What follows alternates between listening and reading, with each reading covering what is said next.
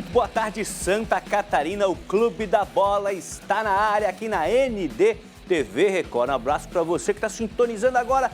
Deu de cara com o programa, ainda não conhece? Vou apresentar para você. O Clube da Bola é o maior programa da TV aberta do futebol.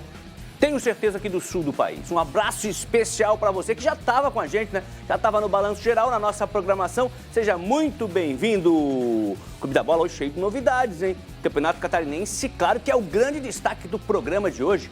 Já estamos indo para a quarta rodada e tem clássico no domingo entre Figueirense e Avaí. Também amanhã, também domingão, tem Chape e Marcílio, Criciúma e Concórdia, Santa Catarina e Joinville.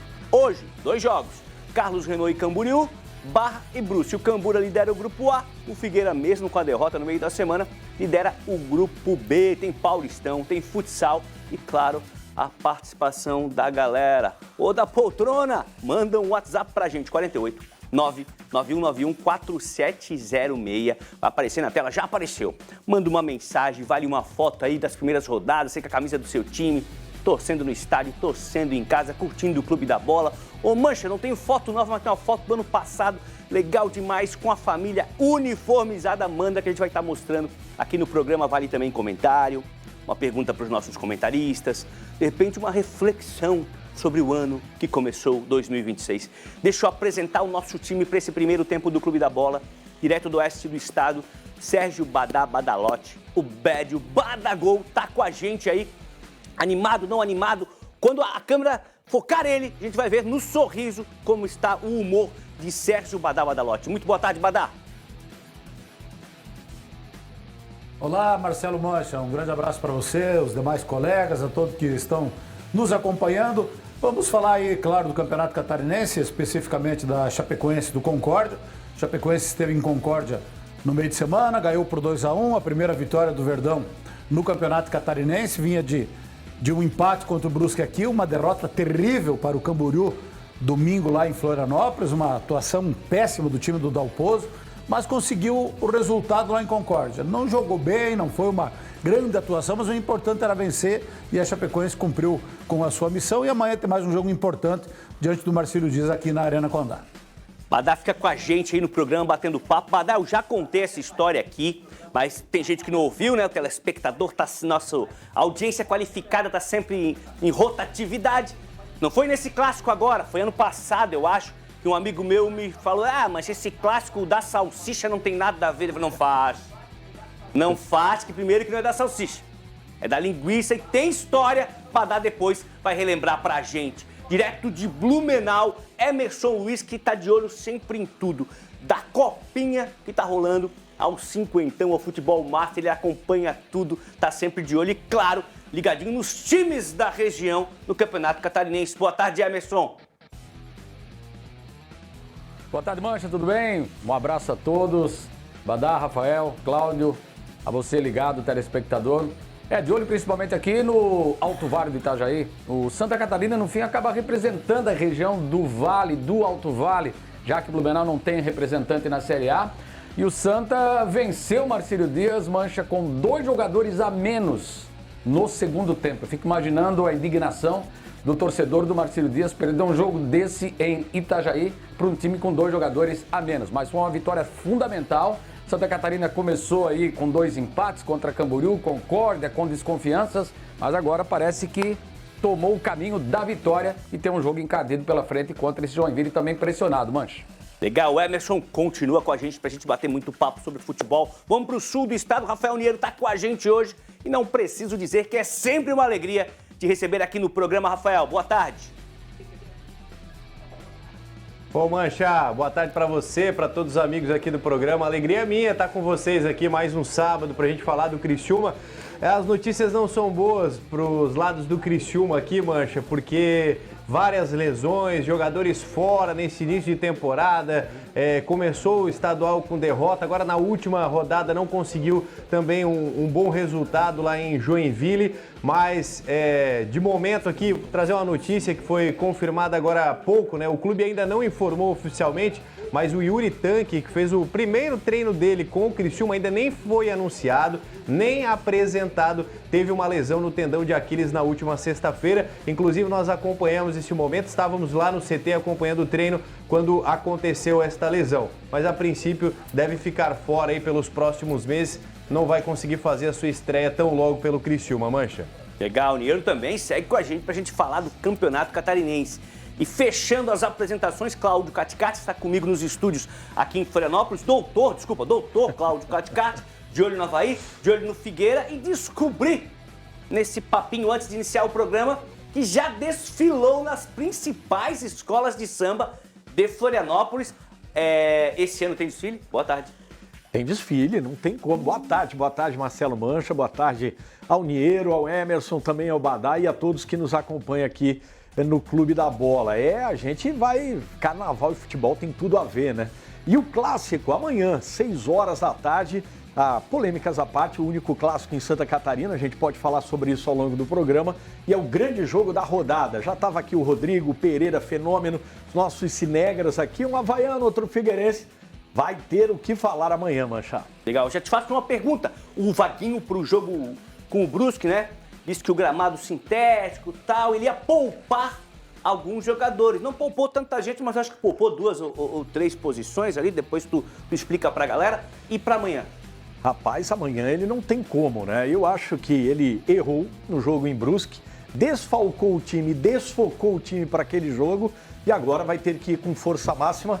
Apenas a gente vai falar sobre isso, a lateral esquerda, que ele vai ter que colocar de novo Wesley Costa, que foi a avenida lá em Brusque. Tá certo. Você pode mandar uma mensagem pra gente no 489-9191-4706 e aproveitar para participar da nossa enquete. Sei que o celular, você tá vendo televisão ou tá no computador aí no edplay.com.br, mas tá com o celular pertinho, Quem vence o clássico?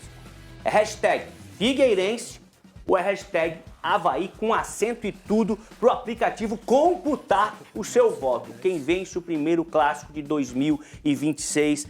Aqui no Clube da Bola ninguém fica em cima do muro. Giro rápido. Cláudio Caticati, quem vence? Qual hashtag você apostaria aí na nossa enquete? Depois vai ter o palpitômetro. Eu expliquei o porquê que eu dei o empate, mas aí para não ficar em cima do muro, Figueirense 1-0. Badá, clássico, hashtag a tua é Figueirense ou é Avaí? Eu também coloquei empate no palpitômetro aí. É jogo para empate, cara. Eu já vi o Figueirense jogar. Não vi o Figueirense jogar, vi o Avaí jogar. O Avaí muito abaixo do que nós vimos nos últimos anos, né? Então eu acho que tem um leve favoritismo pro Figueirense aí por jogar em casa. É um time, eu acho que até mais experiente, o Cláudio vai falar melhor. Mas um pequeno favoritismo pro Figueirense pelo fator local e também porque o Avaí, pelo que eu notei aí, não tem o mesmo potencial dos anos anteriores. Tá certo. Emerson Luiz, palpitômetro é depois. Agora é a nossa enquete. Hashtag Figueirense ou hashtag Avaí? Hashtag Figueirense. Tá certo. Rafael Niero, direto de Criciúma. Qual a tua hashtag? Hashtag Figueirense. Tem mais time, joga em casa, é o favorito. Tá certo. Figueirense aí dominando a enquete quando o voto é do Clube da Bola. Tá certo.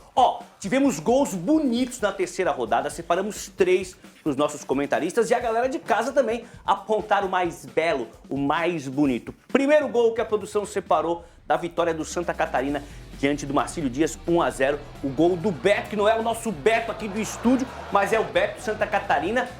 Teve um desviozinho, né? Teve um desviozinho, mas não tirou a beleza do gol. Foi muito longe pro goleiro pegar. E o Beto saiu, chocando o ar. Eu tô aqui, ele Joga disse... a luva, goleiro. O Emerson lembrou a gente que tava com 2 jogadores a menos nesse momento. Por isso que o Beto encheu o pé, contou com o desvio do zagueiro, mas matou o goleirão do Marinheiro e saiu socando o ar. Esse é o primeiro gol. Segundo gol separado pela produção do Clube da Bola. Rolou no clássico da linguiça. Vitória da Chape 2-1 diante do Concórdia. O segundo gol do Verdão, do Rafael Carvalheira de letra. Ele fez assim, gelado. Foi, de letra. Ele até falou na entrevista que ele estava... O corpo estava posicionado para ele fazer isso. Né? A bola já estava passando, ele fez esse toquezinho e mandou muito bem. Golaço é sempre bonito quando o gol é de letra. E o terceiro gol da lista, gol do Kaique, na derrota do Figueira lá no ex-Augusto Bauer, na Arena Simon. Brusque 2, Figueirense 1, pegou com estilo, estava 2-0 para o Brusque nesse momento, mas pegou com estilo e foi um golaço também. Rapidinho, eu começo com o Cláudio Caticarte. É o Beto, é o Carvalheira ou é o Kaique? Rapaz, eu vou ficar com o gol do Santa por dois aspectos. Primeiro, pela beleza do gol, mesmo desviado, essa bola na gaveta. É sempre bonito de ver, né, Mancha? E também pela circunstância, 2 jogadores a menos. Que vitória do Santa Catarina. Legal, manda no WhatsApp aí, galera de casa, 991914706, qual que é o gol mais bonito da rodada. Badá, que já fez muitos gols de letra na época do futsal, qual que foi o mais bonito desses 3? Eu vou ficar com o do Rafael Carvalheira. Pela beleza do lance, né? O cruzamento, Walter Claro ajeitou, cruzou, e aí o Carvalheira demonstrou qualidade, né, cara? Qualidade para dar uma penteada na bola, de letra. Então, gol de letra é sempre um gol diferente, é um gol bonito. Eu fico com esse aí do Carvalheira. Verdade, se fosse aí o Vini Júnior, tivesse aprontado um gol desse lá no Real, esquece. tava passando até no outdoor lá na Beira-Mar. Emerson Luiz, desses 3 que a produção separou, tivemos outros gols legais, mas desses 3, qual o mais bonito? Do Rafael Carvalheira, porque é o único recurso que ele tinha. Ele poderia até, quem sabe, dominar, mas ele estava também na velocidade da bola, fazer uma parede para alguém, mas ele mostrou realmente muito recurso. E menção honrosa, sem dúvida nenhuma, para o gol do Beto. O Santa estava precisando desse jogador vindo de trás para chegar na frente, para finalizar, mas para mim esse é o gol. E semana passada, Mancha, só rapidinho, eu já ia destacar que eu acho que é uma atração, o Matheus Cavicchioli, o goleiro, ele é catarinense, ele é de Caçador, ele rodou muito aí pelo país, hoje está no Marcílio Dias, mas ali não tinha como, desviou lá no ângulo, matou o Matheus, mas foi um golaço do Beto, sem dúvida nenhuma, mas o Rafael, de letra, é sempre de letra. Legal, e eu termino com o Rafael Niero, lembrando que a galera de casa pode participar também, mandando a sua opinião desses 3 gols, qual que é o mais bonito. Rafael Niero, da tua opinião? Foi o de letra também, recurso dele, né? Uma bola difícil, vem rápida. Se erra, teria sido muito criticado, porque estava dentro da pequena área. Para mim, esse gol de letra aí foi o mais bonito aí da rodada. Tá certo. Vamos começar então girando aí os jogos da semana, dar uma passada nos jogos que movimentaram a semana. Começo ali com o Sérgio de Badá, o clássico da linguiça, que foi erroneamente chamado de clássico da salsicha, não tem nada a ver, da linguiça. E Badá é uma história sempre interessante, né? Eu lembrei há pouco como a audiência gira muito, como temos sempre novos telespectadores chegando para curtir o Clube da Bola. Por que que Concórdia e Chapecoense, quando se enfrentam, o jogo recebe esse nome? Olha, Mancha, essa história do clássico da linguiça, ela começou no voleibol, na verdade. Lá atrás, na década de 80, início de 90, nós tínhamos 2 grandes times de voleibol aqui, do Frigorífico Chapecó e da Sadia, lá de Concórdia. E eram 2 equipes de nível nacional e internacional, técnicos de seleções brasileiras. Bebeto de Freitas treinou muitos anos o Frigorífico Chapecó, Renan Dalzotto e tantos outros, né, jogadores. A Sadia tinha um timaço. E ali é que começou o clássico da linguiça, mas eram clássicos de fechar o ginásio. De ter que fechar o ginásio aqui e lá, porque não cabia tanta gente, né? E ali foi uma rivalidade muito grande e no nível altíssimo, de jogos, de decisões estaduais, jogos abertos, competições nacionais e até competições internacionais. Ali que começou, na verdade, o clássico da linguiça. Depois se transferiu para os gramados, mas nunca na mesma grandeza que o voleibol, a gente tem que ser sincero nisso. Até porque o Concórdia ele nunca conseguiu, com todo respeito aos amigos de Concórdia, aonde estive lá quarta-feira, e a audiência do Clube da Bola é espetacular, a audiência da ND, do Balanço Geral também é muito boa. Então, o Concórdia nunca conseguiu realmente se firmar, se consolidar no futebol. Teve bons momentos na década de 90 ali, fez bons times, aí depois desativou o futebol, voltou agora com o Concórdia Atlético Clube faz alguns anos, mas também está sempre sabe, como um sacrifício fazendo futebol. Mas é rivalidade, é Chapecó e Concórdia, é as únicas duas cidades aqui do Oeste que tem futebol profissional no Campeonato Catarinense, então sempre fica esse clima de rivalidade, né? E a Chapecoense foi lá, a Chapecoense normalmente tem dificuldades para enfrentar o Concórdia ali, já perdeu em campeonatos estaduais, Copa Santa Catarina, mas começou bem o jogo, fez 1-0 com o Ítalo, daí o Thiago acabou desviando uma falta aí e acabou fazendo gol do empate, isso era início do segundo tempo, e depois teve um lance que mudou a história do jogo, esse lance aí, ó, que foi o próprio Thiago, fez o gol e recebeu o cartão vermelho, foi expulso, isso era 10 minutos do segundo tempo, daí a Chapecoense ficou com um homem a mais e aí tomou conta do jogo. Até então, um jogo equilibrado. Até aí, até o lance da expulsão, estava 1-1 e o jogo absolutamente equilibrado.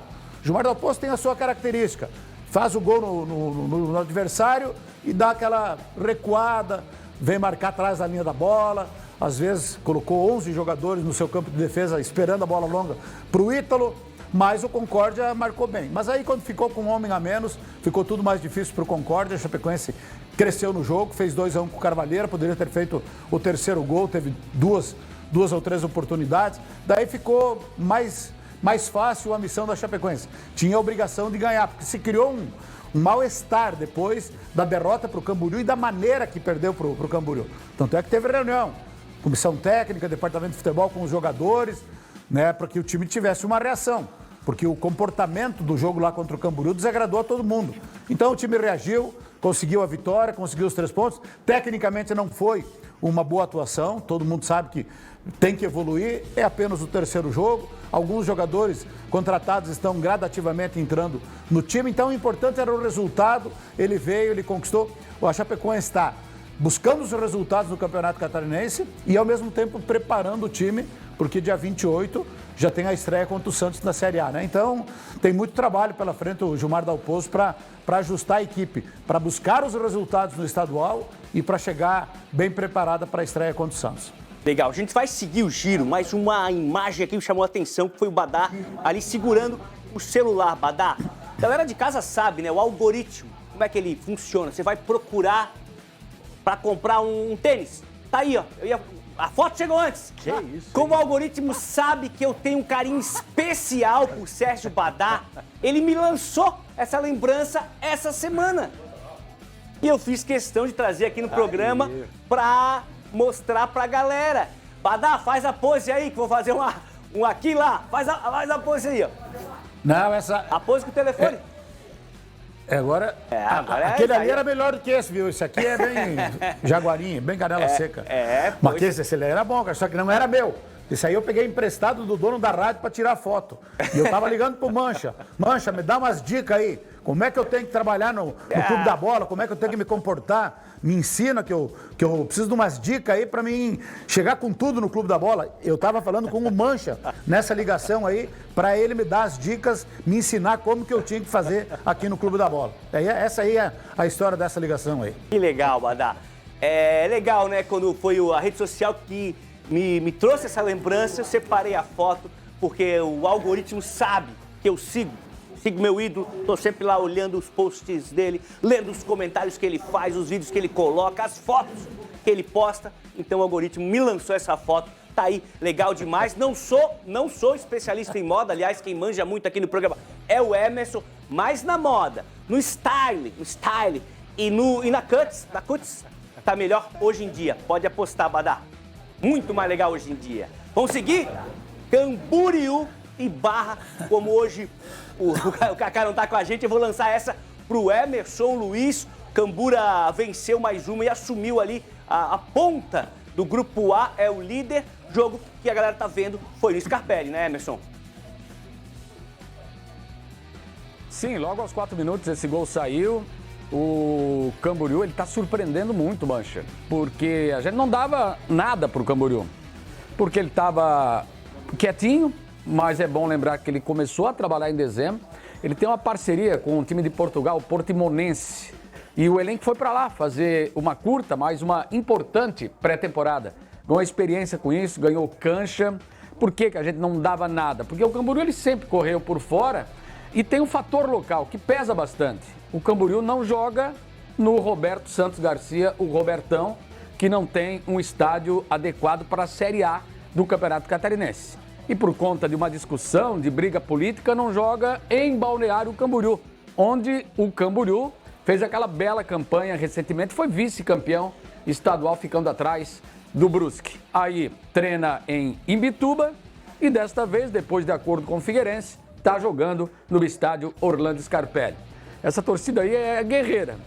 Ano passado, na Série B, foi para Imbituba, porque o Camboriú mandou seus jogos lá em Imbituba, mas sem condições de jogar no Sudestado, pegou o Orlando Scarpelli, é mais perto, é um tirinho de Camboriú até Florianópolis, tudo duplicado, sentiu, mas mesmo assim, jogar fora de casa, sem torcida, é complicado. E o Camboriú faz uma bela campanha, é um time que está entrosadinho, está arrumadinho e tem surpreendido até aqui e mereceu essa vitória contra o Barra, que está me decepcionando. Eu esperava muito mais do Barra do que o time de Balneário Camboriú, Mancha, apresentou no ano passado, principalmente na Série D do Campeonato Brasileiro, onde inclusive foi campeão. Esperava mais, o Barra está devendo, mas não tira os méritos aí do Camboriú. Diria o nosso Cacá Oliveira, o Barra não está danado nesse início de competição e você usou a palavra certa, né? É complicado jogar longe de casa, perde o clube, perde a torcida, perde o comércio, perde a rede hoteleira, perde todo mundo, né?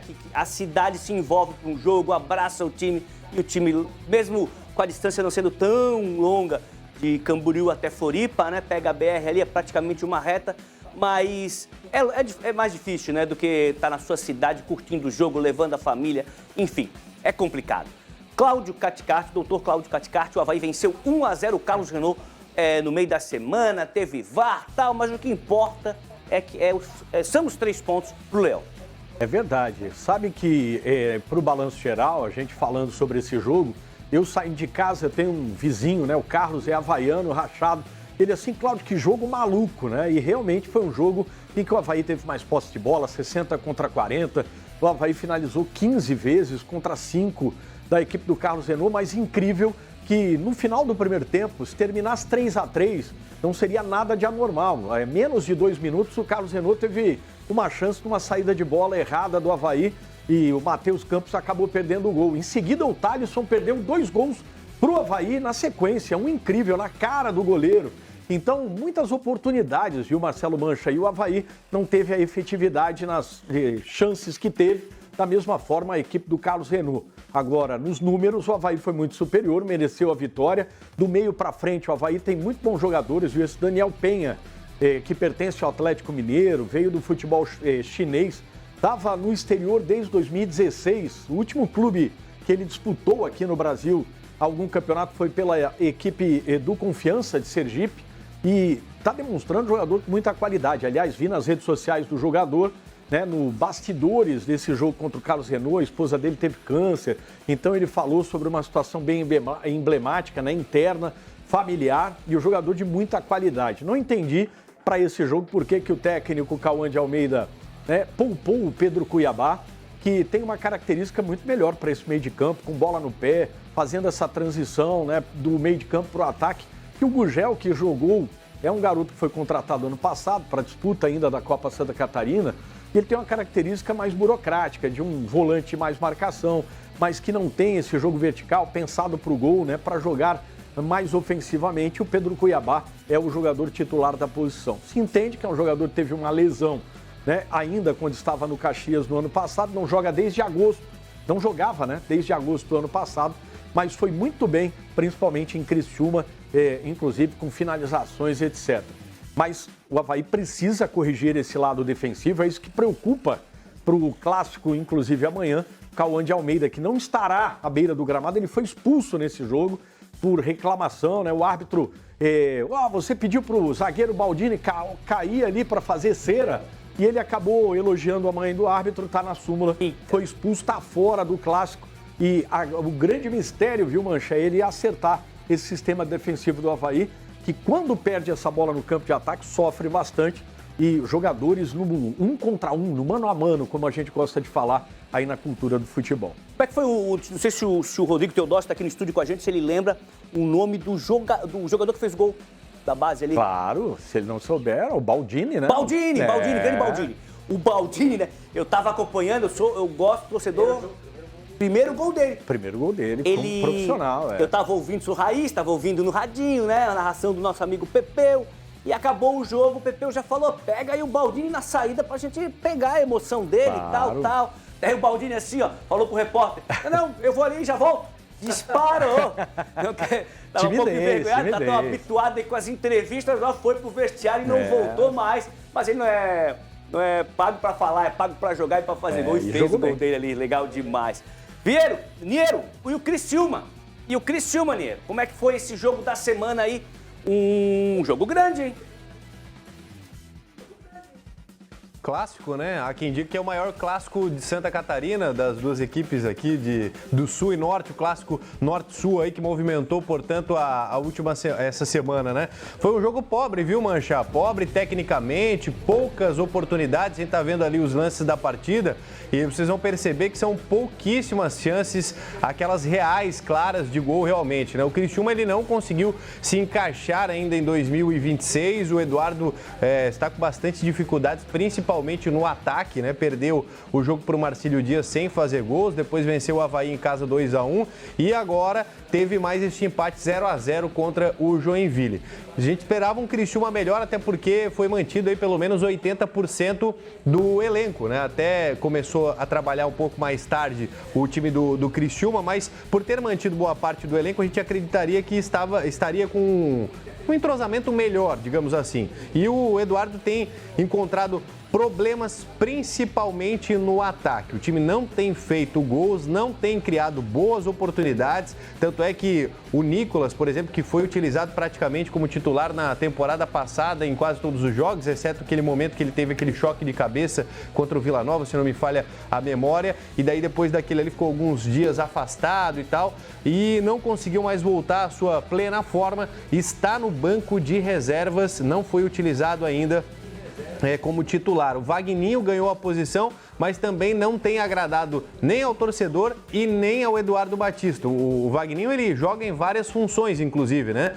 Começou como atacante de lado, depois foi para a ala esquerda e terminou uma das partidas lá pelo lado direito. Então, ele tem sido um coringa do Eduardo Batista, mas não tem funcionado nesse esquema. O que acontece é que o Criciúma tem utilizado ali os dois volantes, o Gui Lobo e o Eduardo De Biasi, que inclusive foi apresentado durante a semana, e fica um buraco enorme ali no meio, né? Porque daí tem 3 homens de frente com os 2 alas ofensivos, acaba ficando esse espaço ali que é muito nítido, é muito claro quando você observa os jogos do Criciúma. E a gente acredita que isso tenha acontecido também pela a queda do rendimento do Gui Lobo e do Eduardo, que ainda estão voltando à sua plena forma física e não estão conseguindo suprir esse espaço ali que fica pelo meio. Então, o Eduardo, Mancha, vai ter bastante trabalho pela frente, ainda mais porque vai enfrentar lesões aí. O caso do Tanque, né? O Yuri Tanque, o atleta de 27 anos, estava na Coreia, fez 3 temporadas lá. Estava com média aí de 1 gol a cada 3 partidas dessas 3 últimas temporadas dele. Havia uma expectativa bem grande para que ele pudesse suprir essa necessidade do ataque do Criciúma. E nós acompanhamos, Mancho, o treino da sexta-feira. Primeiro treino dele nem foi anunciado ainda, nem foi apresentado. E com 5, 10 minutos ali de treinamento, ele teve um problema no pé esquerdo, a gente percebeu. Nós temos a imagem, inclusive, do momento que ele cai ali e leva a mão no tornozelo, e agora veio a informação de que ele teve um problema no tendão de Aquiles, muito parecida com o Cauê dos Santos, que veio no ano passado e no primeiro jogo dele também teve esta mesma lesão. Então, a expectativa, estava conversando agora há pouco aí com um profissional da área, ele me disse que uma cirurgia dessa aí, até o atleta retomar os trabalhos, lá de 5, 6 meses, podendo até chegar a 7 meses para voltar aí a trabalhar com bola. Então, o Criciúma com problemas ainda segue no ataque, viu, Manchá? Tanque, então, só depois da Copa, hein? Só depois da Copa vai assistir a Copa na fisioterapia e recuperando. Emerson Luiz, você falou um pouco do Santa Catarina lá quando a gente viu os gols mais bonitos da semana. Já te faço uma pergunta aqui, difícil, hein? Santa Catarina tem chance de repetir o que fez em 2025, foi a sensação do campeonato? Olha, eu acho que tudo vai passar desse embalo agora, depois dessa vitória, porque mentalmente as coisas mudam, a confiança é retornada. O Santa ele não fez um grande jogo contra o Camboriú, tanto é que empatou em casa em Rio do Sul em 2-2. Ele oscilou demais, mesmo com 8 jogadores atuando na última temporada. 8 titulares, Mancha. Se a gente colocar o Mendes, que estreou no segundo tempo, vai para 9. Tem ainda Gui Nascimento, que tem entrado de vez em quando. O Mendes entrou no final do jogo, ainda sem ritmo, lá em Concórdia, naquele empate em 0-0. Lá o time criou bastante, mas também ele está com problema na defesa. Eu sinto que se pegar um ataque mais rápido, o Santa vai ter problema, vai ter dificuldades. E o Santa empatou com o Camboriú, com Concórdia e com o Marcílio Dias. Cá entre nós, friamente analisando, nenhum deles, inclusive o próprio Santa, candidato a título máximo, a brigar pelas cabeças. Essa era a preocupação, inclusive, da diretoria, da própria imprensa de Rio do Sul, que eu estava acompanhando. E o Gui Lobo está fazendo muita falta. É só uma referência, mas falta aquele jogador para proteger o sistema defensivo. O Gui Lobo hoje no Criciúma saiu naturalmente porque fez um grande campeonato catarinense pelo Santa Catarina, como outros jogadores saíram e voltaram. Santa ainda precisa, porque o Kleberson é muito bom jogador, volante, mas ele é o cara que sai bastante para o jogo. E essa vitória contra o Marcílio Dias, Mancha, o Santa foi melhor até os 30 minutos, quando teve o atacante Bruninho expulso. Aí o Marcílio Dias teve todo o primeiro tempo e mais 25 minutos na etapa final para tentar empatar, não conseguiu, porque aos 25, o Kleberson, que a gente citou, também recebeu o cartão vermelho. E mesmo assim, com 2 a menos, por incrível que pareça, o Santa criou mais oportunidades do que o Marcílio Dias e no fim, vitória heróica, mereceu essa vitória. Acredito que passa muito por esse resultado contra o Joinville para embalar e, quem sabe, pensar em algo mais. Mas ainda não é um candidato a título, mas que vai chegar, que vai brigar por alguma coisa, com certeza. E a frustração do torcedor do Marcílio Dias, hein? 4.000 pessoas no Estádio Luz acompanhar uma derrota nessas circunstâncias, Mancho. Não tá fácil para ninguém. A gente termina o giro com Brusque e Figueirense e Cláudio Caticati. O Brusque jogou demais ou o Figueirense jogou de menos? O Brusque foi estratégico e cirúrgico, né? Não fez uma grande partida, mas teve mérito na vitória pela estratégia, pela leitura de jogo do treinador, né? Que é o Igor Magalhães, que conhece bem o Figueirense, treinou o CSA na Série C do Campeonato Brasileiro. O Vaguinho Dias tem o carimbo dessa derrota, porque antes do jogo, quando você coloca o foco para um evento futuro, clássico era só domingo, amanhã às 6 horas da tarde, e ele falava em alterações e a gente até achava que para esse jogo contra o Brusque ele iria fazer a loucura de até poupar mais do que ele poupou. Tinha 2 jogadores que iriam entrar de forma natural. Na lateral esquerda, o Wesley Costa, porque o Arthur Henrique se machucou, inclusive está fora do clássico amanhã, já antecipado, né, pela comissão técnica. E o zagueiro central, Douglas Bacelar, que até numa entrevista no final do ano passado que a gente fez no Jornal ND, eu e o Jorge Júnior, Douglas Bacelar, ele convive com dores no joelho. E aí, por mais que o gramado sintético do Brusque tenha melhorado muito em qualidade, e tem até, um nome estrangeiro, Mancha gosta, né? O Shock Pad, que é uma lâmina que fica por baixo do gramado sintético para diminuir, né, o impacto, ou seja, dar aquela aliviada para o jogador. Mesmo assim, a gente sabe que é um piso completamente diferente. E aí se justifica, né, ele ter tirado o Douglas Bacelar e a entrada do jogador ali, o Wesley Costa.